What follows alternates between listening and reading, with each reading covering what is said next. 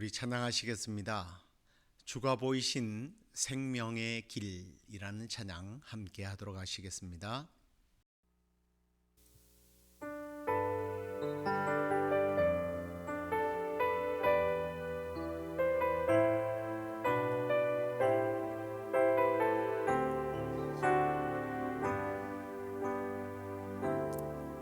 주가 보이신 생명의 길 나 주님과 함께 상한 마음을 들이며 주님 앞에 나아가리.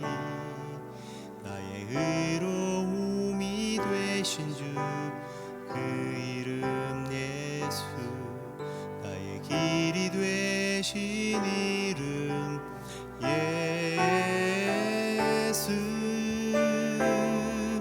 나의 길 오직 그가 하시나니 나를 단련하신 후에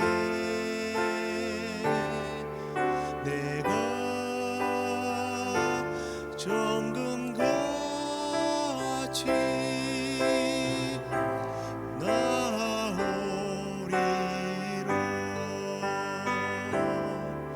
나의 길 오직 그가 하시나니 나를 단련하신 후에 내가 정금같이 나오리라. 내가 정금같이 나오리라.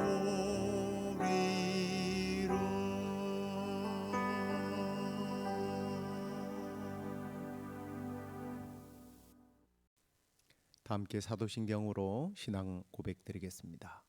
전능하사 천지를 만드신 하나님 아버지를 내가 믿사오며 그 외아들 우리 주 예수 그리스도를 믿사오니 이는 성령으로 잉태하사 동정녀 마리아에게 나시고 본디오 빌라도에게 고난을 받으사 십자가에 못 박혀 죽으시고 장사한 지 사흘 만에 죽은 자 가운데서 다시 살아나시며 하늘에 오르사 전능하신 하나님 우편에 앉아 계시다가 저리로서 산자와 죽은 자를 심판하러 오시리라.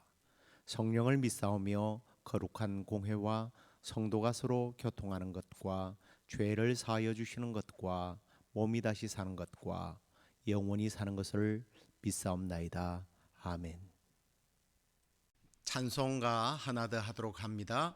예수는 나의 힘이요. 함께 찬송하시겠습니다.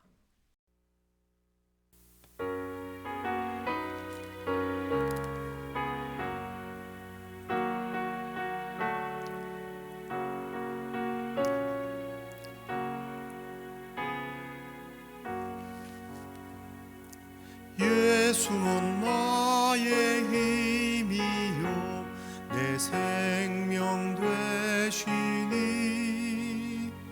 우주 예수 떠나 살면 죄 중에 빠지리.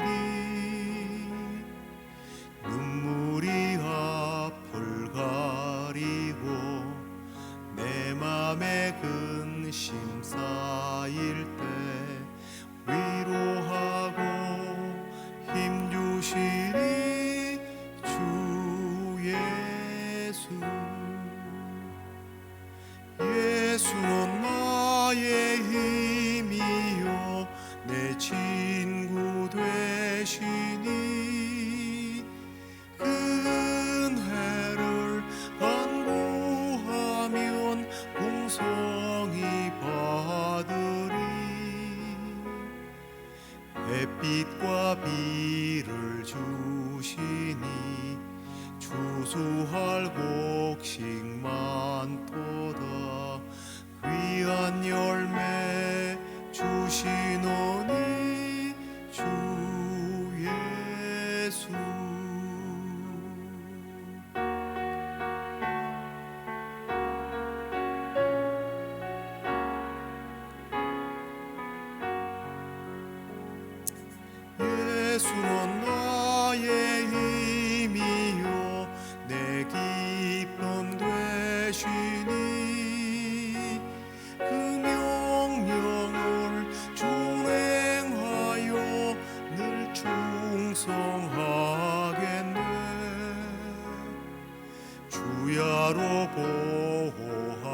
하시며 바른 길 가게 하시니 의지하고 따라가리 주 예수. 예수는 나의 힘이요 내 소망 되시니 이 세상을 떠나갈 때 곧 영생 얻으리. 한없는 복을 주시고 영원한 기쁨 주시니 나의 생명 나의 기쁨 주 예수.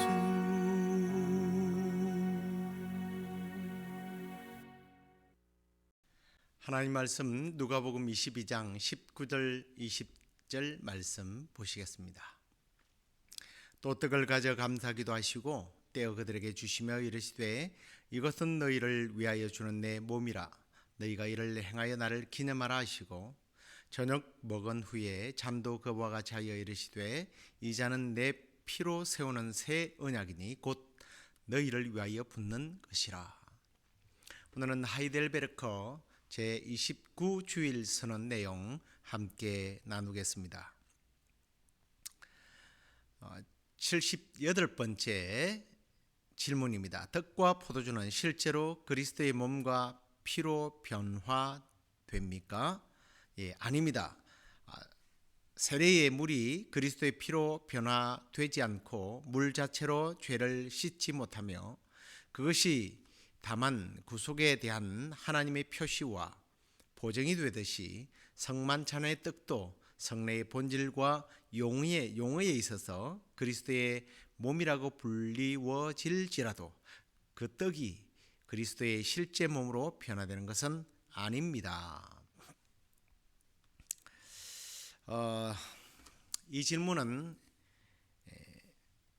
교황의 말이 무오하다고 믿는 사람들이 주장하는 화채설이 얼마나 거짓된 주장인지를 깨닫게 해주는 교리입니다.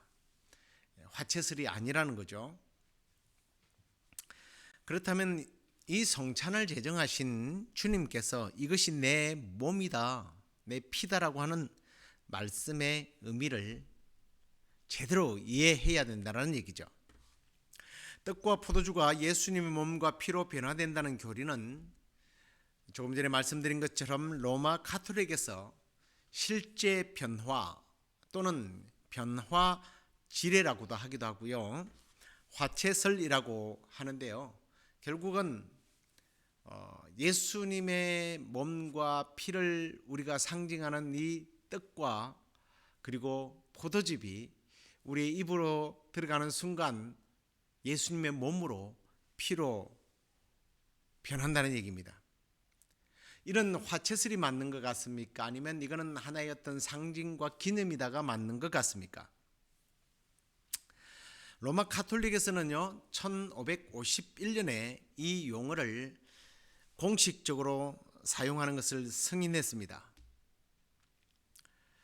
그러면서도 무엇이 어떻게 바뀌는지 모르지만 또 그렇고 모르고요, 물리적으로 화학적으로 변화되는 것은 아니지만 그것이 곧 그리스도의 살과 피라고 우리는 믿어야 한다라고 주장을 합니다. 이런 참 말이 안 되는 논리가 어디 있습니까? 우리 개신교나 또 성공회, 루터교, 우리 청교도들은 이 변화되는 화채설에 대해서 받아들이지 않습니다. 주님의 만찬은 그리스도께서 십자가에 달리는 것을 기념하는 상징적 행위로 보는 거죠.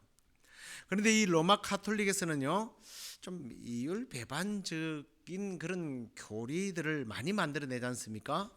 이 화채설은요 자신들이 성인으로 믿고 있는, 섬기고 있는 아우구스티누스를 아마 천국에서 살아있다면 거품을 물고 까무러치는 그런 내용이라는 것을 글쎄요 생각을 못하고 있는지 모르겠습니다.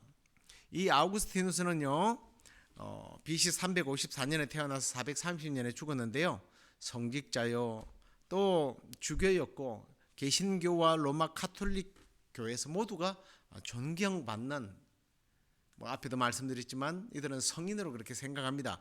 아우구스티누스는요 이 그리스도의 살과 피를 먹고 마신다는 말을 이렇게 적용을 했습니다.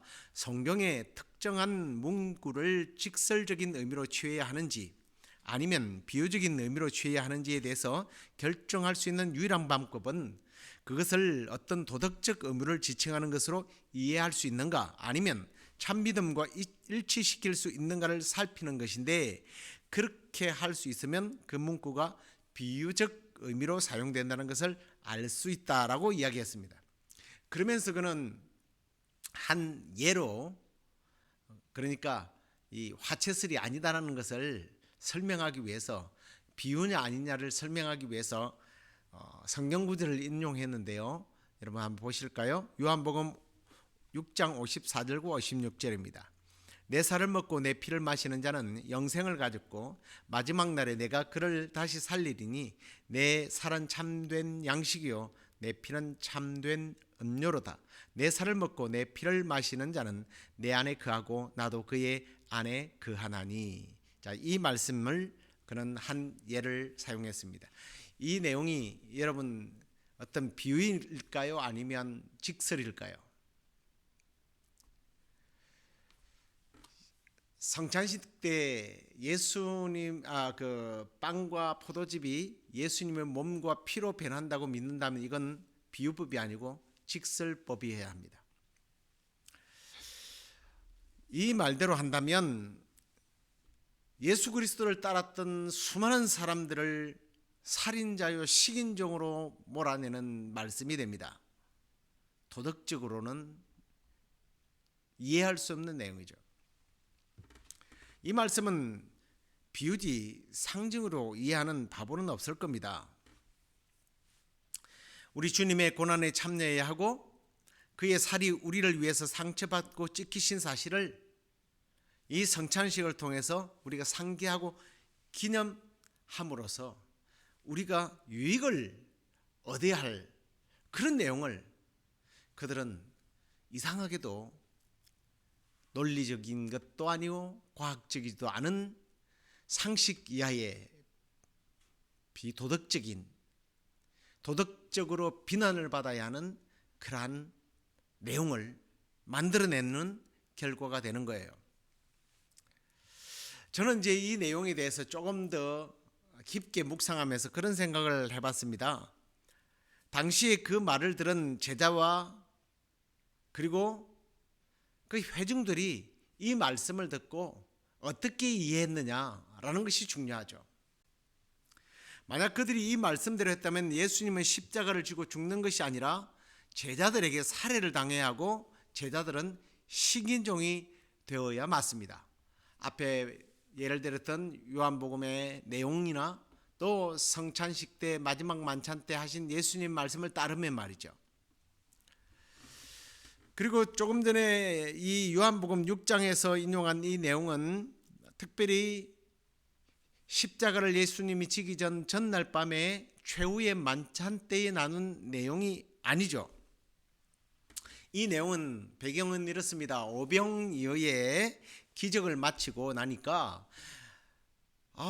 막 사람들이요 예수님을 너무 이렇게 막 왕으로 추대하려고 하는 그런 분위기로 바뀌게 됩니다. 당연하죠. 노력하지도 않아도 예수님을 따르고 예수님 앞에서 모여서 예수님 말씀만 들으면 먹을 게 생기는데 얼마나 좋겠습니까? 그리고 이런 왕이 로마로부터 자기들을 해방시켜 줄 거 아닙니까? 그러자 예수님은 이 제자들도 이래서는 안 되겠다라는 생각을 하시면서 예수님은 산으로 기도하러 가시고 제자들에게 저 건너편으로 갈릴리 호수 건너편으로 가게 만들었어요.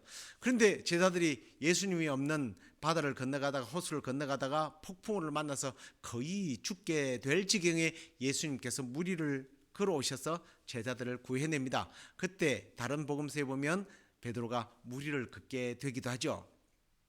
자, 그리고 건너갔다가 다시 이제 건너왔습니다. 오병이어를 일으켰던 그곳 현장으로 왔더니 사람들이 예수님을 어떻게 생각해요? 떡 주시는 분, 빵 주시는 분으로 생각합니다. 그래서 예수님께서 하신 말씀이 이 말씀이에요. 너희가 나를 기다리는 이유가 떡 때문이냐? 야, 먹을 양식 빵을 얻기 위해서 왔다면 니들 잘못 생각하는 거야. 진짜 빵은 내가 생명의 떡이야. 나는 참떡이야.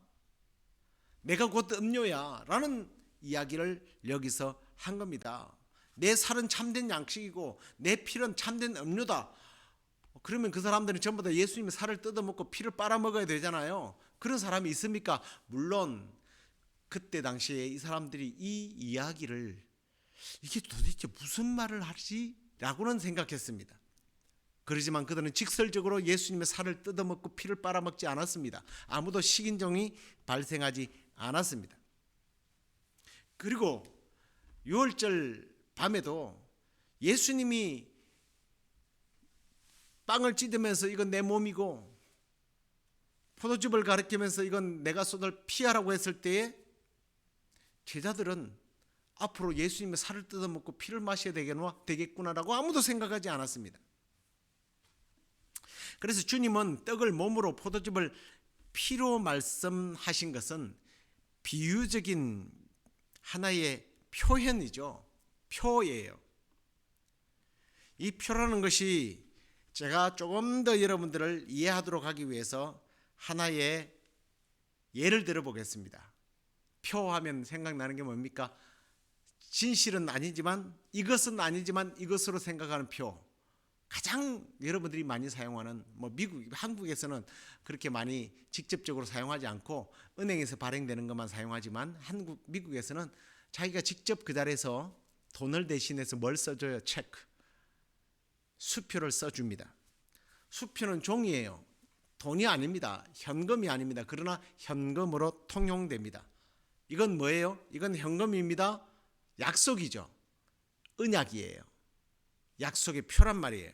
그래서 주님께서 성만찬을 하실 때 그 말씀을 하신 거예요. 누가복음 22장 20절을 보십시오. 저녁 먹은 후에 잔도 그와 같이 하여 이르시되 이 잔은 내 피로 세우는 새 언약이다. 너희를 위하여 붓는 것이다. 언약이라는 거예요. 이 잔을 마시는 것은 우리가 십자가에 달리는 것을 그래서 의미하는 그런 고상한 이야기를 예수님께서 이렇게 표현하신 거예요. 근데 제가 이렇게 표현하는 말이 우리가 예수님의 그러면 잔을 마시는 것이 십자가에 우리가 달리는 것이고 예수님의 죽으심에 참여하는 것이구나라는 것을 누가 좀 멋있게 이야기한 사람이 없나 하고 찾아봤습니다. 찾아봤더니요. 키프리아누스라고 하는 사람이 있더라고요. 이 사람은 주후 248년경에 발레리아누스, 발레를 너무나 좋아하는 로마 황제 발레리아누스 로마 황제가 기독교를 박해했을 때 순교한 기독교 교부 중 한 사람입니다. 존경받는 분이죠. 그분이 이런 말을 했어요. 잔을 마시는 것은 곧 우리가 십자가에 달리는 것이요 피를 마신다는 의미이며 우리가 구속자의 그 상처에 우리의 혀를 갖다 대는 것입니다. 굉장히 멋있는 말을 했네요. 이것을 기념해라. 이것은 직설적으로 주님의 몸과 살을 먹는 것이 아니라 그분의 희생을 기념하는 하나의 상징적인 표, 수표, 언약이에요. 그리고 우리 또한 그렇게 함으로써 내가 십자가에 동참한다는, 내가 그리스도와 함께 십자가에 못 박혀 죽었나니, 사도 바울의 그런 고백을 우리는 이 성찬을 통해서 하는 겁니다. 하지만 이런 주장에 대해서 여전히 대부분의 카톨릭 사람들은 부인하고 문자적으로 이해를 하려고 합니다. 그냥 떡과 즙이 그리스도의 몸으로 변화된다라는 거예요. 여러분은 어떻게 생각합니까? 화채설을 믿으면 굉장히 은혜스럽습니까? 내가 성찬식을 하는데 떡을 먹고 그리고 잔을 마시는데 이게 예수님 살이구나, 예수님 피구나, 그러니까 너무 막 감동이 돼요. 이건 혐오스러운 거예요. 여러분, 사람이 살을 먹고 피를 마시는데 그 식인종이지. 그렇게 그게 믿어진다면요, 기념하라는 말을 예수님께서 딱 2번 하셨어요. 한 번은 예수님의 그 성찬식 때 하신 말이고, 하나는 예수님의 죽으심을 기념하기 위해서 한 여인이 300데나리아 되는 향유 옥합을 깨뜨렸습니다. 그래서 가룟 유다는 저 여자가 300데나리온을 희생했네, 흡의했네 막 욕을 하니까 예수님이 무슨 소리냐, 나의 장례를 예비했다. 그러면서 복음이 전해지는 곳마다 이 여인이 기념되리다. 그리고 저 여인을, 저를 기념하라. 왜 이 여자를 기념하네요? 이 여자를 기념하는 것은 그냥 기념하는 게 아니라 뭐 해야 돼요? 나도 예수님에게 늘 300데나리온 되는 가치, 300데나리온이 얼마인지 아시죠? 하루에 품삯을 300일 동안 일해야 되는 겁니다. 어마어마한 돈입니다. 어마어마한 돈을 예배 때마다 여러분은 기념하고 돈을 내야 돼요. 왜 그건 기념 안 하죠? 내가 손해보니까. 어떤 거는 기념하고 어떤 거는 기념 안 한다면 이건 모순이라고 그래요. 그래도 설득이 안 되십니까? 여러분, 그런 맹신을 하면 안 돼요.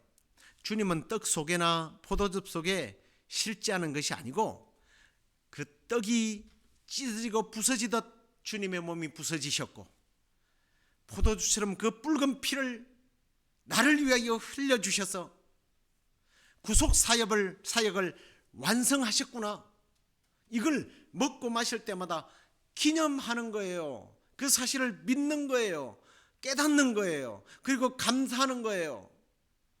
그리고 나도 그 십자가에 죽는, 나는 날마다 죽노라고 하는 그 십자가에 못 박히는 그 참여를 나도 해야 되는 거예요. 나도 주님의 십자가를 지고 주님을 쫓아야 되는구나. 그 표란 말이에요. 그 몸을 찢고 피를 흘린 십자가의 사건으로 하나님께서 우리에게 내릴 진노를 거두셨다. 그 표가 성찬이에요. 그 표를 통해서 우리는 믿고 감사하고 또 결단하는 그런 저와 여러분이 될 수 있기를 바랍니다. 그러면 79번째, 그러면 왜 그리스도께서 떡을 자기 몸이요 잔을 자기 피 또는 자신의 피로 맺은 새 언약이라고 부르셨습니까? 그리고 사도 바울이 만찬을 그리스도의 몸과 피에 참여하는 것이라고 말하는 이유는 무엇입니까?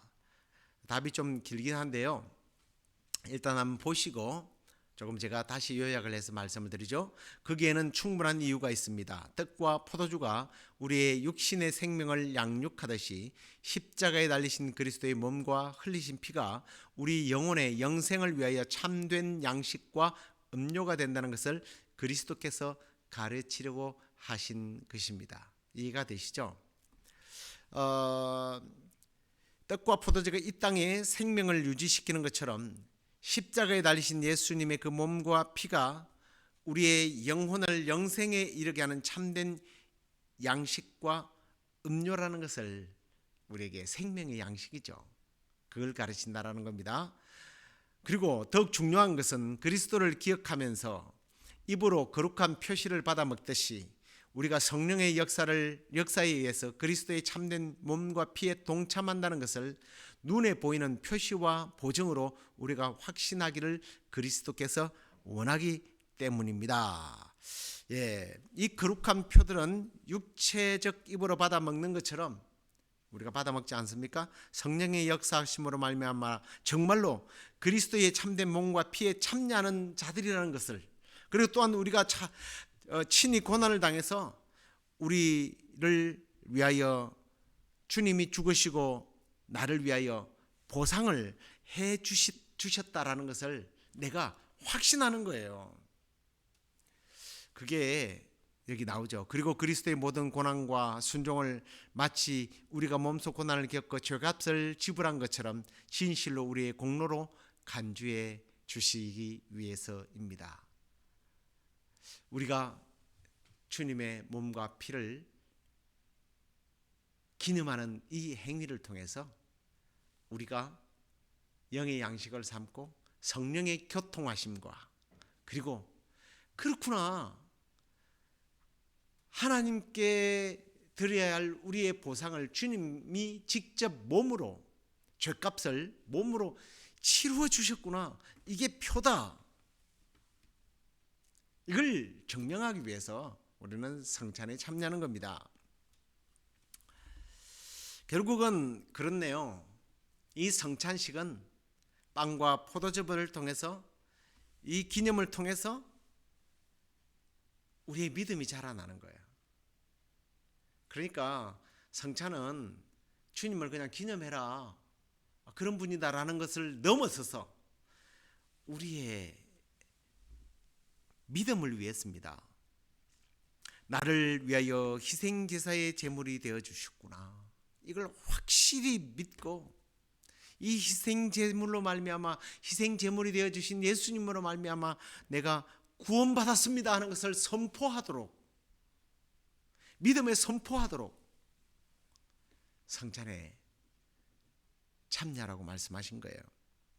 그래서 우리는 이 성찬식을 참여하는 태도입니다.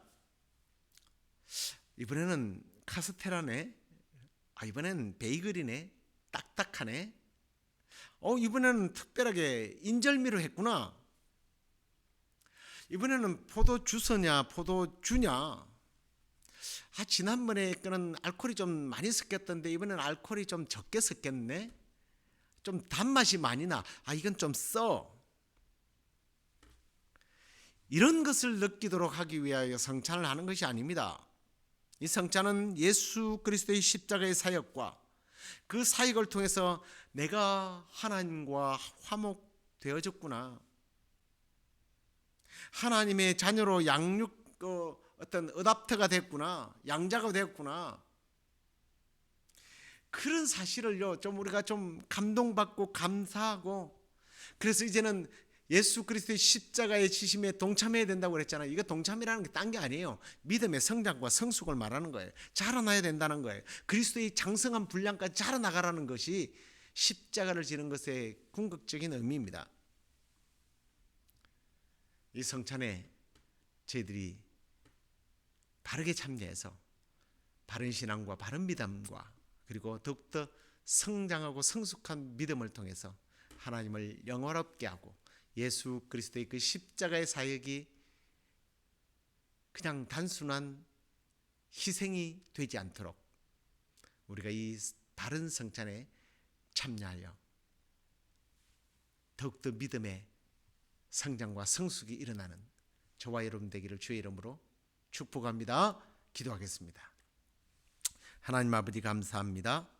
오늘 우리가 성찬식 때에 나누는 이 빵과 그리고 포도즙이 어떤 의미가 있는 것인지 다시 한 번 더 우리가 말씀을 통해서 정리하게 하시니 감사합니다.